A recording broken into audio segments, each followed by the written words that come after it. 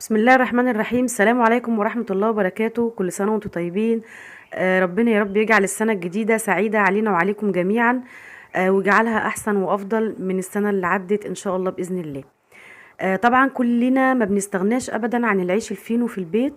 حتى لو ما فيش مدارس، خصوصا لو كان في أطفال ما بنستغناش أبدا عنه. دايما بياكلوه سندوتشات كده ما بين الوجبات أو في الفطار الصبح. طبعًا في وسط الغلا بقى اللي إحنا فيه دوّة، بنحاول بقدر الإمكان إن إحنا نوفّر ونعمل كل حاجة بإيدينا في البيت وبمنتهى البساطة. النهارده إن شاء الله هنعمل مع بعض الفينو الاقتصادي، مش هيكلّفنا أكتر من تمن الدقيق، وبقية المكونات موجودة كلّها عندنا في البيت.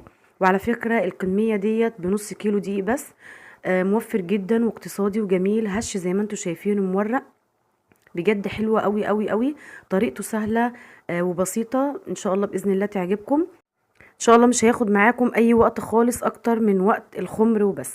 يلا بينا نشوف المكونات ونشوف الطريقة مع بعض. معايا هنا نص كيلو من الدقيق متعدد الاستخدامات. طبعا انا نخلته كويس، حطيت عليه معلقة كبيرة مليانة من الخميرة الفورية. لو ضامنة الصلاحية بتاعتها حطيها على الدقيق على طول. بعد كده معايا معلقتين كبار من السكر، معلقة كبيرة من الحليب البودر، ربع معلقة صغيرة من الملح. هقلبهم كده كويس مع بعض. بعد كده معايا معلقتين كبار من الزيت، اي نوع زيت عندك، زيت اكل، زيت تموين، اي حاجة حطيها. دول معلقتين ومش هتفرق خالص خالص في الطعم. انا عندي حطيت من زيت التموين عادي خالص، مفيش اي مشاكل. طبعا انا ان شاء الله باذن الله هكتب لكم المقادير كلها في صندوق الوصف. ولو عايزه تعملي كيلو دقيق طبعا هتضاعفي المكونات.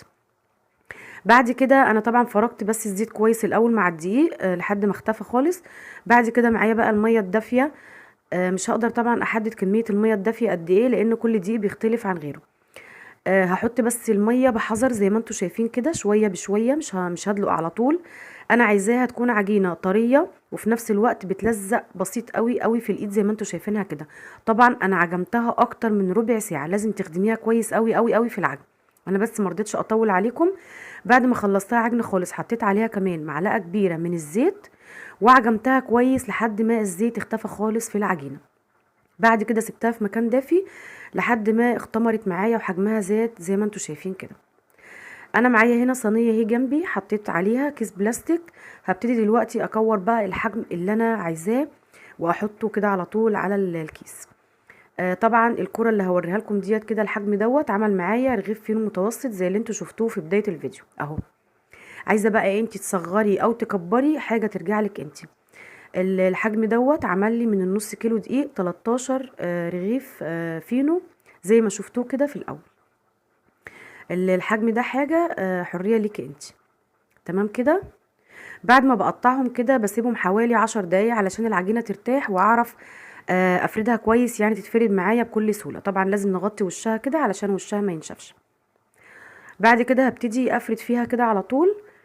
هحضر الصواني اللي انا هرص فيها. الصينية تكون مدهونة زيت خفيف جدا جدا، يعني بمنديل كده او اي آه، قطعة قماش كده قطن نظيفة، ادهن بيها مدلقش كده على طول. ببتدي بقى دلوقتي افرد كده بالنشابة زي ما انتوا شايفين، وعايزاها تكون يعني طولية كده او مستطيلة. هبرم كده من الناحية الطويلة واضغط بصوابعي كده علشان الرغيف بعد كده ما يتفتحش مني وهو بيخمر او وهو في الفرن. شايفين اهي. بعد كده بقفلها كمان من فوق ومن الجناب كمان. اهم حاجة من الحروف دي لازم اقفلها كويس قوي، اضغط عليها كويس قوي. وبعد كده ببرم الرغيف بس كده شوية بسويه واحطه كده في الصينية على الناحية اللي انا لسه قافلاها. يعني الناحية اللي انا لسه قافلاها دي اللي تكون في القعر بتاع الصينية. طبعا لازم نبقى سايبين مسافة لان حجمه بيزيد وبيتنفخ بعد ما بيخمر وكمان بعد ما بيدخل الفرن. فاحنا لازم نعمل حساب حاجة زي كده. نفرد كمان واحد بس كده مع بعض اهو. بفرده كده بشكل طولي او بيضاوي. افرديه كويس ما تقلقيش. تمام كده.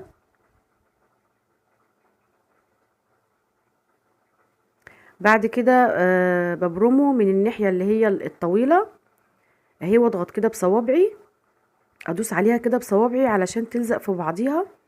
طبعا الطريقة ديت بتخلي الرغيف معانا من جوه مورق جدا.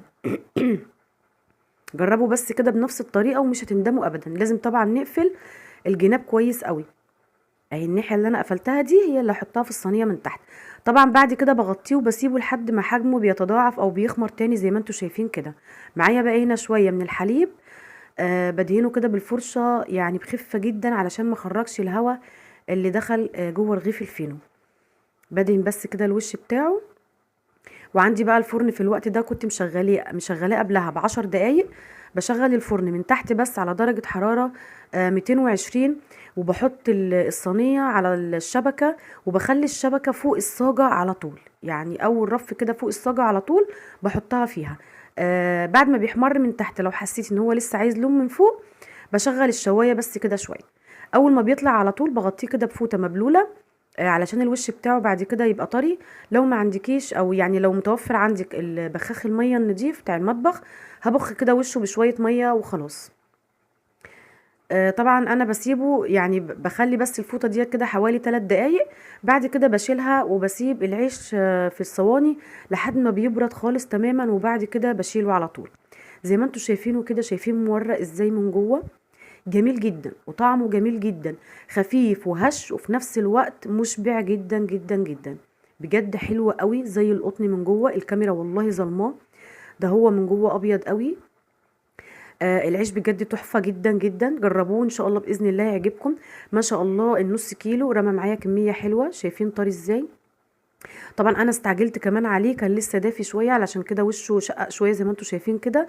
عشان كده بقول لكم ما تجوش جنبه غير لما يبرد تماما. انا بس استعجلت عليه شويه علشان كنت عايزه اخلص عشان التصوير. بصوا مستوي من جوه وحلو قوي. ان شاء الله باذن الله الفيديو النهارده يكون عجبكم. اتمنى ان هو يكون عجبكم. ويا رب تجربوه بنفس الطريقه. مش محتاجه منكم بس غير الدعوه الحلوه. واشوفكم على خير في فيديو جديد ان شاء الله، والسلام عليكم ورحمه الله وبركاته.